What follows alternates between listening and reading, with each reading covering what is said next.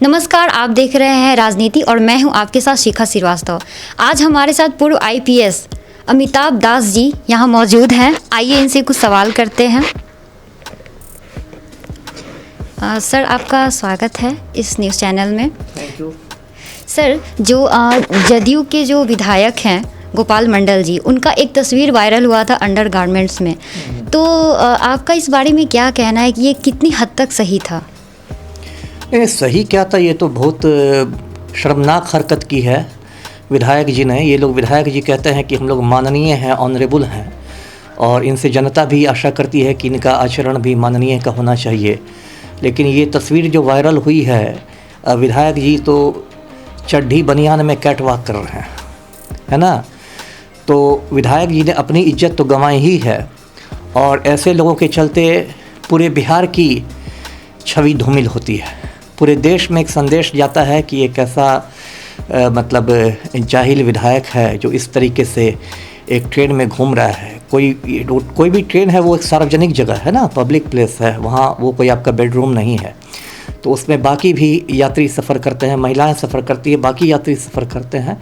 तो ये जो विधायक जी की हरकत है, ये तो बिल्कुल शर्मसार करने वाली है और बहुत लज्जाजनक काम किया है उन्होंने।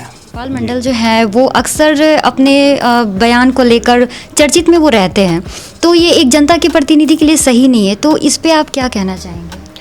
नहीं, वो तो है ही कि पहले भी मैंने इनके बयान देखे हैं। एक बार एक विशेष जाति के लोगों को ये पीटने की बात कर रहे थे और ऐसे बोलते रहते हैं इनको, जिसको ऐसे कहते हैं कि वर्बल डायरिया है, उटपटांग बोलने की इनकी पुरानी आदत है। लेकिन अब बिहार में ऐसे ही लोग ये कर रहे हैं। नीतीश कुमार ने पूरे बिहार में एक माफिया राज कायम कर दिया है। आपको याद होगा कुछ महीने पहले नीतीश की पार्टी के मुख्य प्रवक्ता थे संजय सिंह। उन्होंने कहा कि नीतीश की ओर कोई उंगली उठाएगा तो मैं उंगली काट लूँगा। अब बताइए, हमारे देश में जनतंत्र है, डेमोक्रेसी है, मुख्यमंत्री की आलोचना करने का अधिकार हर नागरिक को है शांतिपूर्ण तरीके से। तो ये अंगुली माल डाकू बनने चले हैं संजय सिंह। कहते हैं जो उंगली उठाएगा तो उंगली काट लूँगा। और ऐसे ही सड़क छाप गुंडों को नीतीश कुमार ने इकट्ठा कर लिया है और पूरे बिहार में एक माफिया राज है।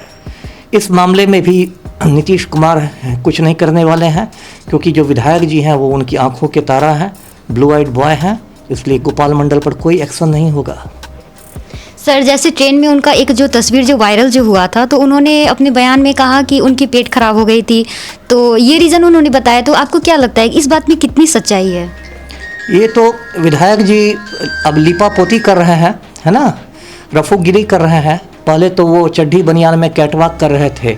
उन्होंने नहीं सोचा होगा कि उनकी तस्वीर कोई खींच लेगा और वो तस्वीर वायरल हो जाएगी। अब जब तस्वीर वायरल हो गई है तब वो लिपापोती कर रहे हैं कि मेरा पेट खराब था, ये था। पहली बात तो कोई भी नॉर्मल आदमी का यदि पेट खराब ज़्यादा रहेगा तो वो सफ़र करेगा ही नहीं, वो घर में आराम करेगा, दवा खाएगा।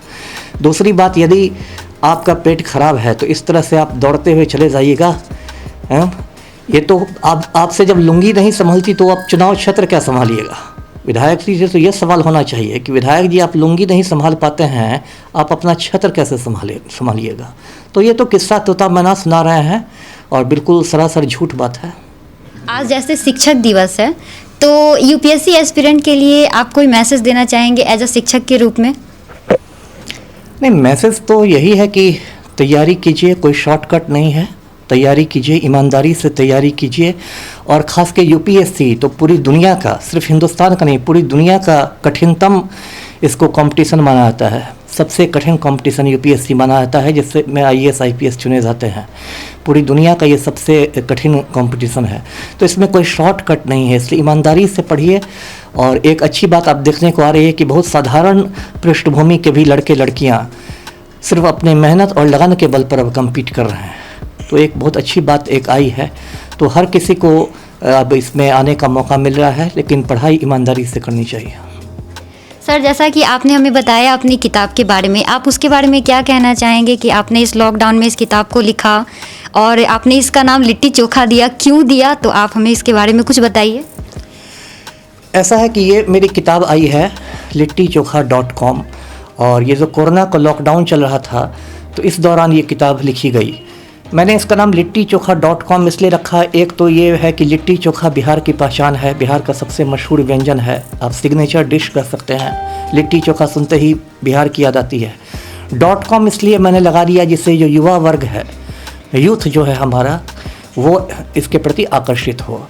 और ये किताब इस तरह से अनूठी है कि ये बिल्कुल सचित्र किताब है। हर पन्ने पर तस्वीर है और तस्वीर भी मैंने खुद बनाई है, उसमें रंग भी मैंने भरे हैं और इसमें बिहार के अलग अलग विषयों को, लगभग सभी पहलुओं को टच किया गया है। बिहार के व्यंजन के बारे में इस पुस्तक में है, बिहार के लोकगीतों के बारे में है, संगीत के बारे में है, स्मारकों के बारे में है, महापुरुषों के बारे में है। तो सभी पहलुओं को छुआ गया है और ये किताब मैंने अपने माँ बाबूजी जो मेरे स्वर्गीय माता पिता हैं उनको समर्पित किया है और इस किताब का बहुत अच्छा रिस्पांस मिला है। खुदा बख्श लाइब्रेरी जो ऐतिहासिक लाइब्रेरी है उसमें भी इस किताब को जगह मिली है और अगले महीने तक इस किताब का, गांधी जयंती के दिन इस किताब का उर्दू संस्करण आ रहा है, उर्दू एडिशन आ रहा है।